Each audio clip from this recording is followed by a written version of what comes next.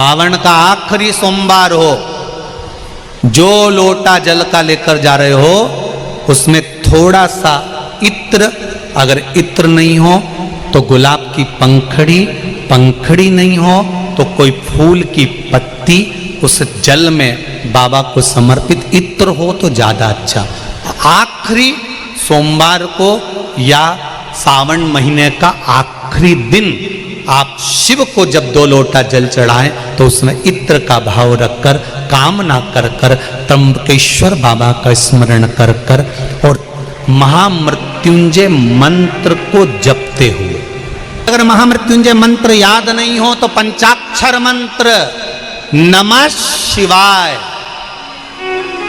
पंचाक्षर का स्मरण नहीं रहे तो षडाक्षर ओम नमः शिवाय, षडाक्षर का स्मरण नहीं हो तो श्री शिवाय नमस्तुभ्यम मंत्र का स्मरण कर कर इत्र का जल शिव जी को समर्पित करो और बाबा से निवेदन करो कि 1 महीना तेरी कृपा से सावन के निकले, तूने जल चढ़वाया, बीच में कोई दिन छूट गया, कोई कारण आ गया, हम जल नहीं चढ़ा पाए। भगवान शंकर से कहना अगर बीच में कोई त्रुटि हो गई हो, सावन के महीने में कोई पूजा अधूरी रह गई हो, कोई त्रुटि हमसे हो गई हो और हम जल नहीं चढ़ा पाए हों, तो आखिरी दिन सावन के इत्र का जल चढ़ा देने से बाबा उस त्रुटि को समाप्त कर कर कामना पूर्ण कर। शिव संहार श्रावण का आखिरी सोमवार है, अपने जीवन को धन्य बनाना है। श्रावण के आखिरी सोमवार पर बन सके तो बेलपत्र और समी पत्र शंकर को चढ़ाना है। 5 बेलपत्र 11 समी पत्र, बन सके 108 चावल के आखे दाने ओम नमः शिवाय जप कर शिव को समर्पित करना। 1 लोटा जल, एक जल का पात्र लीजिए, उस जल के पात्र को लेकर उसमें थोड़ा सा लाल चंदन डालकर बेलपत्री के वृक्ष के नीचे और देवादिदेव महादेव को चढ़ाना प्रारंभ कर दीजिए। शिव को चढ़ाना थोड़ा सा, उसके बाद में 1 लोटा जल स्वच्छ फिर शिव जी को चढ़ाओ। प्रयास करो बेलपत्री मिले, बेलपत्री पर लाल चंदन 3 पत्तियों पर लगाकर लाल चंदन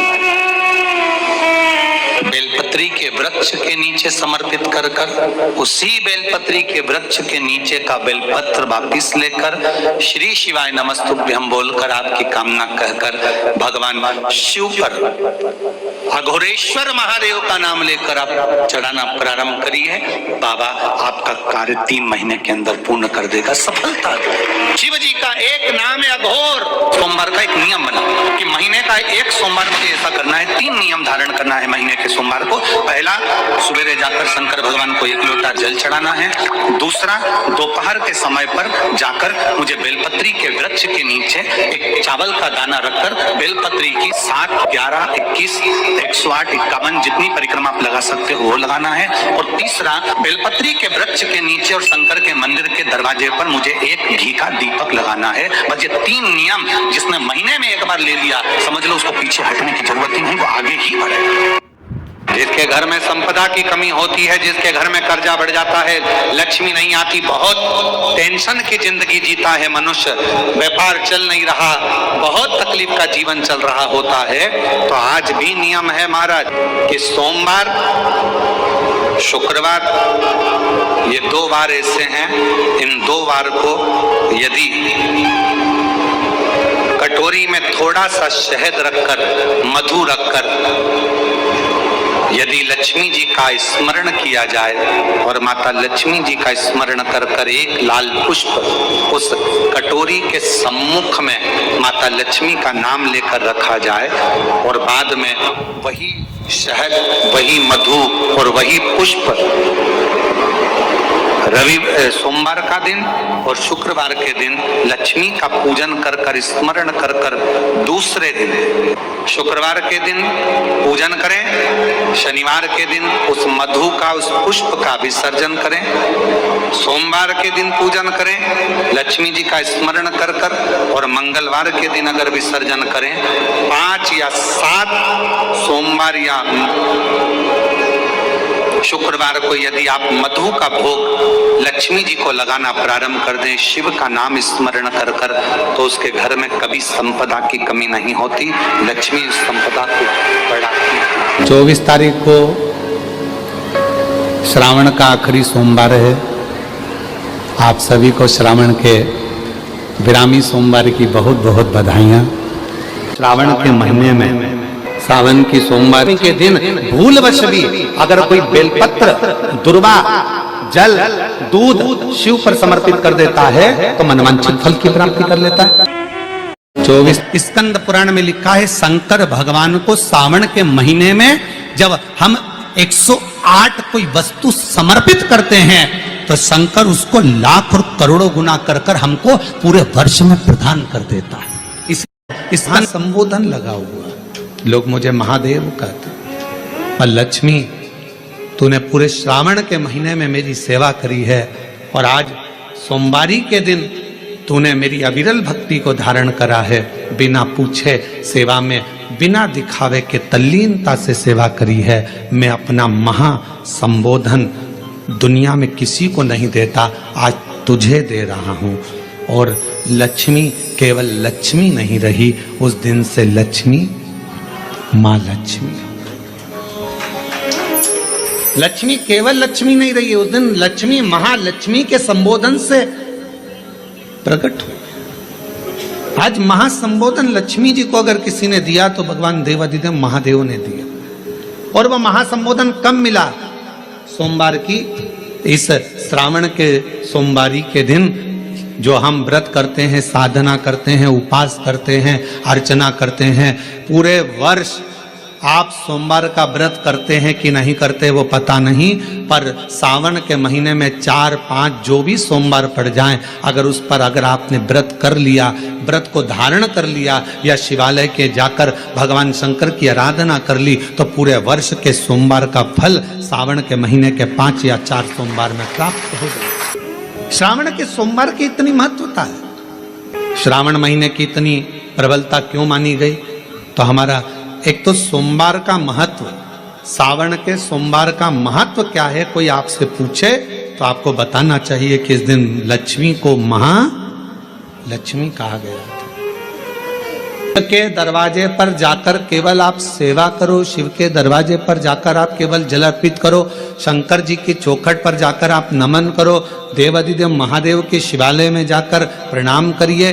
भगवान शंकर की चौखट पर, द्वार पर अगर आप जा रहे हो, 3 चीजें आपको मांगना नहीं पड़ेगी। जैसे लक्ष्मी जी ने शिव जी से नहीं मांगा कि मुझे महासंबोधन दो, लक्ष्मी जी ने नहीं मांगा कि मुझे भगवान विष्णु दो, लक्ष्मी जी ने नहीं मांगा कि मुझे ये देना, लक्ष्मी जी तो शंकर भगवान की सेवा में लग गई, तो लक्ष्मी जी को 3 चीजें अपने आप मिल गई। एक शांति हृदय की, दूसरा दिशा लक्ष्मी जी को कहाँ जाना है, और तीसरे नंबर पर सफलता। माता लक्ष्मी केवल लक्ष्मी नहीं रही, उनको महालक्ष्मी कहा गया, महालक्ष्मी। और फिर समझ लीजिए, लक्ष्मी में और महालक्ष्मी में बहुत बड़ा अंतर है। जरा सावधानी से सुनिएगा कथा को। आज सोमवारी का दिन है, सावन के महीने का, तो जितने शिवभक्त ऑनलाइन कथा को सुन रहे हैं, जितने आस्था चैनल पर, फेसबुक, यूट्यूब पर कथा को श्रवण कर रहे हैं, वो भी सावधानी से सुनिएगा। लक्ष्मी में और महालक्ष्मी में भी अंतर है।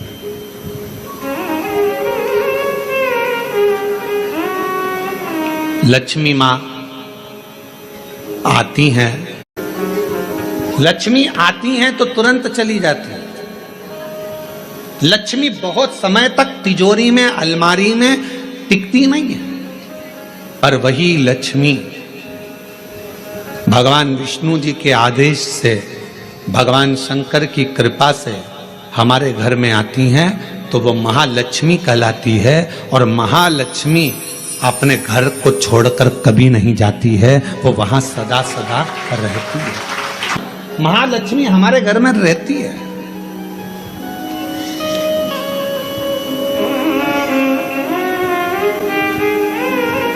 शंकर जी के मंदिर में अगर आप एक लोटा जल चढ़ाने जा रहे हो, बड़े दुखी हो, तकलीफ में हो, पैसा नहीं है, धन नहीं है, वैभव नहीं है, सोमवार के दिन आप जल चढ़ा रहे हो, तो यदि जिस दिन तुम्हारे मन में ये भाव आ जाए कि मेरी दशा सुधर नहीं रही है, उस दिन थोड़े से जल में जरा सा या तो गन्ने का रस हो या गुड़ हो, कुछ भी थोड़ा सा घोल कर यदि शिव को समर्पित करने के बाद शुद्ध जल यतिनाथ के नाम से चढ़ाया जाता है, तो वो जल अमृत बन जाता है।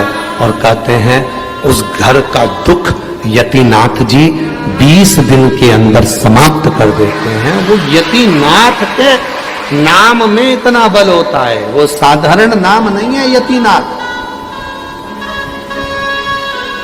यतिनाथ शिव महापुराण में सुना है, शंकर भगवान पर 108 कुछ भी शिव को चढ़ाना चाहिए श्रावण के महीने में। हमने पहले भी कहा था, पिछले लॉकडाउन की कथा निकाली है और श्रावण के महीने की कथा निकाल कर सुनना। उसमें कहा था आपके पास कुछ भी नहीं है तो 108 चावल के दाने चढ़ाइए, 108 मूंग के दाने चढ़ाइए, 108 आप चाहे तो सरसों के फूल चढ़ाइए, 108 चाहे तो सफेद पुष्प चढ़ाइए, 108 चाहे तो गुलाब की पत्तियां चढ़ाइए। पर सावन के महीने में एक नियम बनाना कि मैं 108 ये वस्तु शिव को समर्पित करती हूं। उसका कारण क्या है?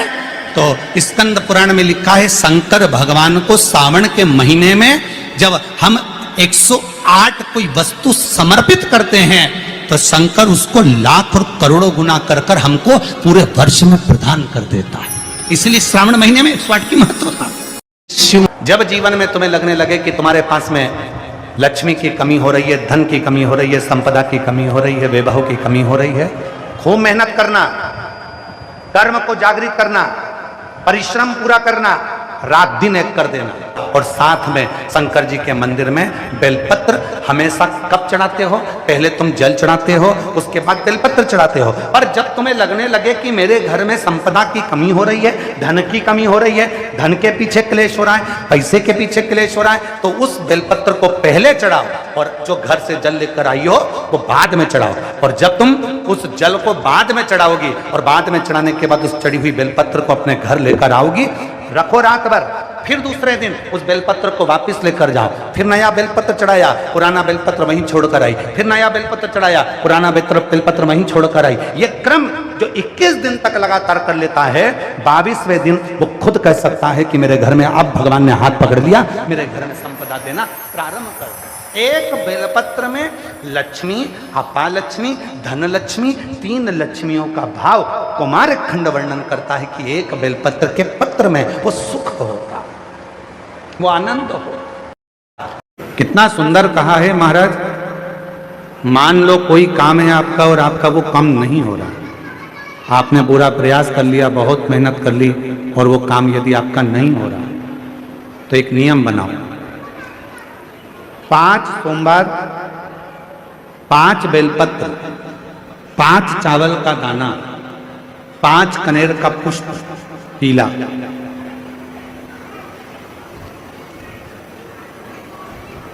शिव जी के मंदिर में लेकर जाइए। सबसे पहले अशोक सुंदरी वाली जगह पर वो 5 बेलपत्र, 5 चावल के दाने और 5 कनेर का पुष्प, अशोक सुंदरी की जगह, आपको मालूम है ना अशोक सुंदरी की जगह सबको। तो जैसे ये जो शिवलिंग है, ये जो जलाधारी है, ये माता पार्वती जी का हस्तकमल है, शिवलिंग शंकर भगवान का स्वरूप है, जल जो बहता है, राइट में गणेश जी, लेफ्ट में कार्तिकेय जी, बीच में एक मोटी सी लाइन होती है शिवलिंग के सामने, वो अशोक सुंदरी का स्थान है। शिवलिंग के ठीक ऊपर भगवान शंकर जी का जो जल बूंद बूंद गिरता है, वो भगवान शंकर जी की 5 बेटियां जया, विषहरा, शामली बारी, दौतली और देव। इस स्थान पर आप जो भी 5 बेलपत्र, 5 चावल का दाना, 5 कनेर का पुष्प लेकर गए हो, यहाँ समर्पित करो। शिव जी से प्रार्थना करो, बाबा मेरा ये काम है पूर्ण होना चाहिए। बहुत हाथ पैर जोड़ लिए लोगों के, हो नहीं रहा। यही सामग्री को उठाकर शंकर भगवान के शिवलिंग पर समर्पित करो। बाबा से प्रार्थना कर कर बाबा इसको स्वीकार करना। जैसे अशोक सुंदरी की बात को आप स्वीकार करते हो, वैसे ही अशोक सुंदरी की बात को स्वीकार कर कर मेरी झोली भरना। 5 सोमवार बाबा के मंदिर में जाकर ये प्रयास करना प्रारंभ करो, ये कार्य करना प्रारंभ करो। मेरा देव अधिदेव महादेव जो कार्य अटक रहा है उसको पूर्ण तरह से कर ही दो, पूर्ण तरह से। 5 सोमवार का नियम बनाओ, 5 बेलपत्र, 5 चावल के दाने और 5 बोलो बोलो कनेर के पुष्प, पीला का